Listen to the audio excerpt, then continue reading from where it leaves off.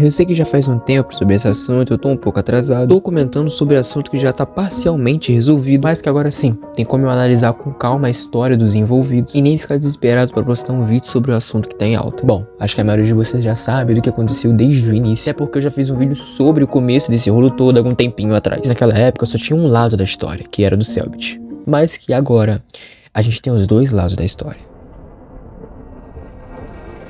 Primeiro, vamos trazer um contexto. Há um mês atrás, ou sendo mais específico, dia 13 de fevereiro, o Rafael, conhecido mais como Cellbit, fez um PDF expondo e refutando todas as acusações que sua ex-namorada fazia na internet, depois de 7 anos. Como consequência, isso foi assunto para vários canais de opinião comentar sobre, inclusive eu. Até porque, né, isso era nítido que era absurdo. Por que eu digo isso?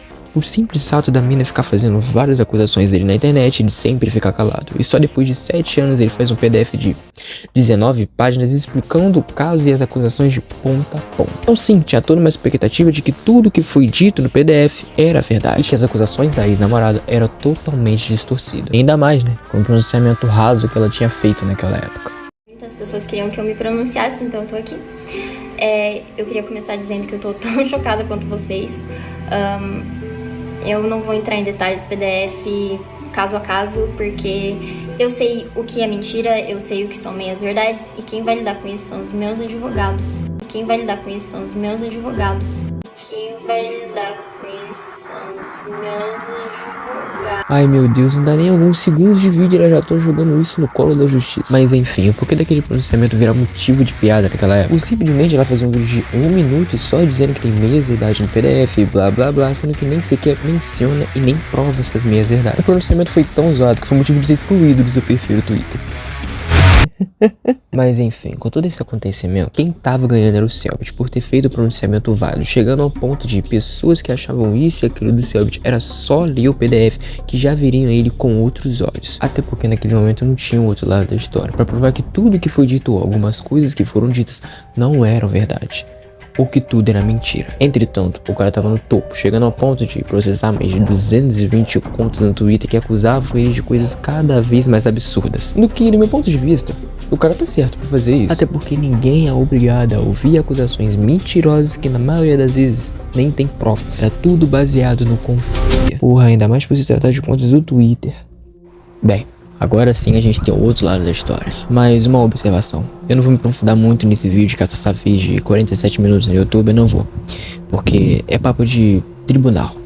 Papo de tribunal, o que tá acontecendo. Esse assunto é muito complexo, é muito sério também. É muito sério e eu não quero me prejudicar, eu não quero prejudicar o meu canal. Se vocês quiserem ver o vídeo da Sassá, vai estar na descrição. Então eu só vou levantar coisas importantes, coisas que eu acho importante e enfim. Eu não vou me aprofundar muito porque eu não quero me prejudicar, eu não quero que ninguém me processe, mas enfim, é só isso. 8 de março, o exato dia que a ex-namorada do Cellbit, a Sassá, fez um vídeo de pronunciamento. No qual sim, agora ela realmente fez um pronunciamento. Um vídeo de 47 minutos com provas e prints e que agora traz uma história semelhante, mas com um contexto diferente. Mas bem, acho que eu já tô enrolando demais e... vamos ao primeiro. Nos primeiros segundos, ela diz isso aqui. Primeiro eu vou fazer uns disclaimers aqui. Eu tô com um roteiro, gente, a história é muito grande, tem muita coisa, tem muito print. E talvez esse vídeo não seja gravado de uma vez só. Já tive o desgaste de ter que revirar tudo, né? Reviver tudo isso e ter que falar sobre isso dessa forma, principalmente, é difícil pra mim. Enfim, fiquem cientes de que talvez eu não faça tudo de uma vez só. Peço paciência. Mas vamos lá. Eu fui colocada numa posição de eu ter que fazer uma defesa pública de um relato pessoal, muito pessoal, mas não tem como não fazer por causa da proporção que tomou e tal. Eu não sei se vocês sabem como é passar por um relacionamento abusivo e vocês provavelmente vão notar certos padrões nesse vídeo, as coisas que eu vou apresentar pra vocês. No final do nosso relacionamento, principalmente, eu tava muito isolada. Por conta disso, muitos dos meus desabafos foram feitos na internet. E com isso eu acabei criando uma comunidade que não só me acolheu, mas que também me deu a oportunidade de acolher eles ou ajudar eles de alguma forma. Tanto que eu recebi um e-mail, esse não é o primeiro, né? Eu já recebi vários e-mails de pessoas dizendo que se identificavam com o que eu tinha passado, que conseguiram sair de relacionamentos abusivos, né? Por conta do meu relato. E eu digo mesmo, porque foi essa comunidade que literalmente me fez sobreviver aqueles anos. E pra mim parecia o mínimo eu compartilhar meu relato também. Eu não queria que chegasse nesse ponto, tanto que até hoje eu não trouxe provas porque eu não queria essa aniquilação de ninguém. Tipo, quando eu falei sobre, era um desabafo mesmo porque eu tava sozinha mesmo, porque eu não tinha outra opção, eu não sentia que eu tinha outra opção. Eu nunca falei nada que não fosse meu relato, porque eu não queria que ele fosse aniquilado na internet, nem tinha essa expectativa também. Eu só queria poder viver sem a lembrança de que aquilo tinha acontecido. Nessa parte dá a entender que sim, ela passou por um relacionamento abusivo. Foi o que ela disse. E completando isso, ela disse que no final do relacionamento ela estava muito isolada. E por conta disso foi motivo de desabafo, que na maioria das vezes era na internet. Dia 13 de fevereiro, esse cenário que eu tava mudou.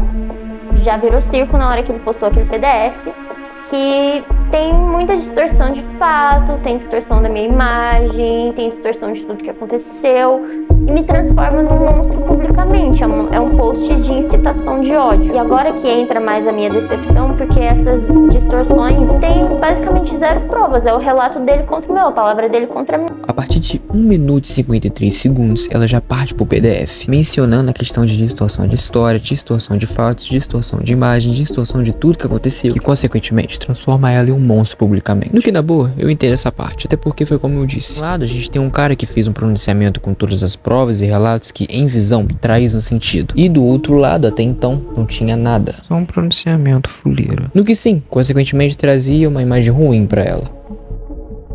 Acho que agora que a gente menciona o evento da XMA. Sobre o evento da XMA, a versão do Cellbit é assim.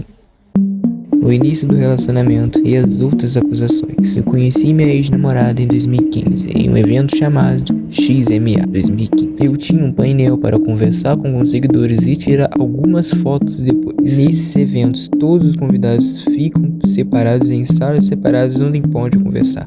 Lá eu conheci ela pela primeira vez e de cara já começamos a flertar. Nós conversamos por cerca de 30 minutos e eu tinha acabado de fazer 18 anos e nunca tinha namorado. Ela era mais velha, tinha 20 anos e já tinha namorado várias vezes. Nós pegamos os números de WhatsApp um do outro e eu saí para fazer meu painel. No final do evento, nós nos encontramos de novo e continuamos conversando mais um pouco. Durante a noite fui enviar uma mensagem para ela e percebi que a foto do WhatsApp dela era a selfie de um homem e não dela. Achei que ela tinha mandado o número errado, mas mandei uma mensagem e em alguns segundos vi ela trocando de avatar por uma foto dela e respondendo logo depois. Perguntei quem era na foto, ela me disse que era um meme que estava fazendo fingindo ser um amigo. Continuamos flertando e trocando mensagens por um tempo, até uma pessoa me alertar que ela aparentemente tinha namorado. Ela namorava um jogador profissional de LoL e tinha ido no evento XMA como acompanhante dele, já que o time dele estava participando de um campeonato nesse evento. Quando eu perguntei sobre, ela me disse que ele era só um rolo, não eram, eles namoravam, mas que ela ia terminar com ele em breve porque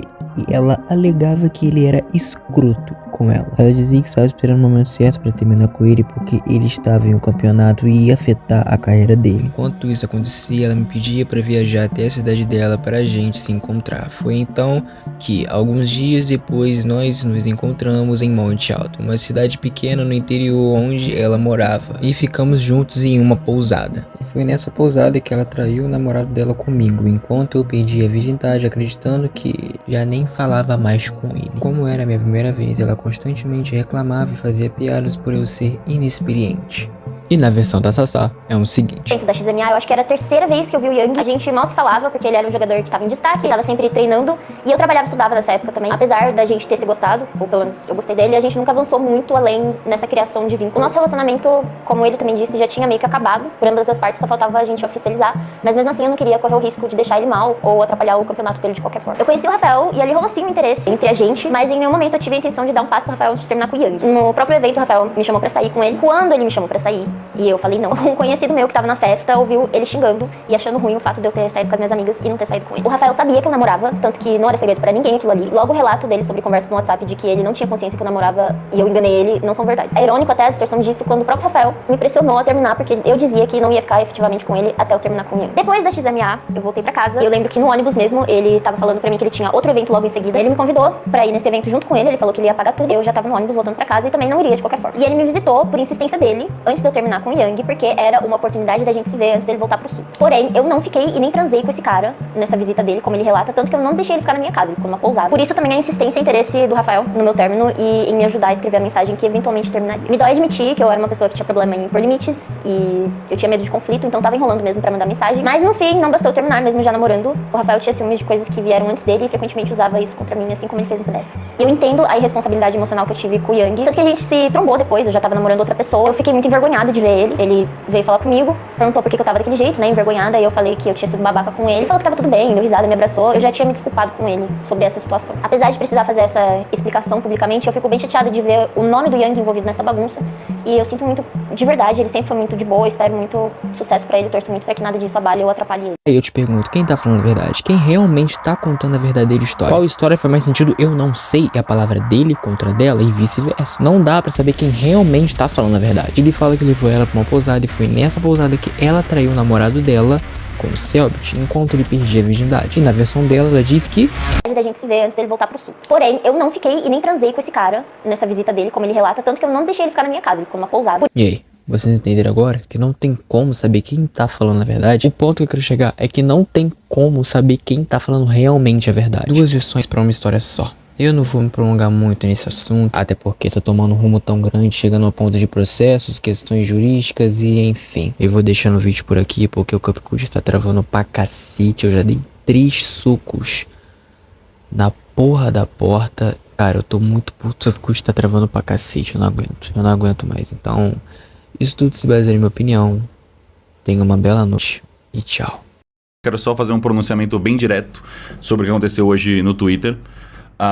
Ela fez a mesma coisa que ela sempre fez todos esses anos. E a minha resposta já estava escrita no próprio PDF que eu postei há algumas semanas atrás. Tá aqui o print da parte que eu tô mencionando. Essa não é uma tretinha de internet que vai ficar indo e voltando. O resumo é simples. Eu fui acusado publicamente de agressão sexual e fui obrigado a me defender. Uma acusação que ela mesma hoje assumiu que era mentira. O meu pronunciamento segue sendo exatamente o mesmo. Eu não retiro nada do que eu disse naquele PDF e eu vou provar no tribunal. Ela me acusou de agressão sexual, um crime, e depois assumiu que era mentira. Eu já entrei com um processo contra ela e a gente vai resolver o resto na justiça. Eu não vou falar mais nada sobre isso até o fim desse processo. Vamos pra live.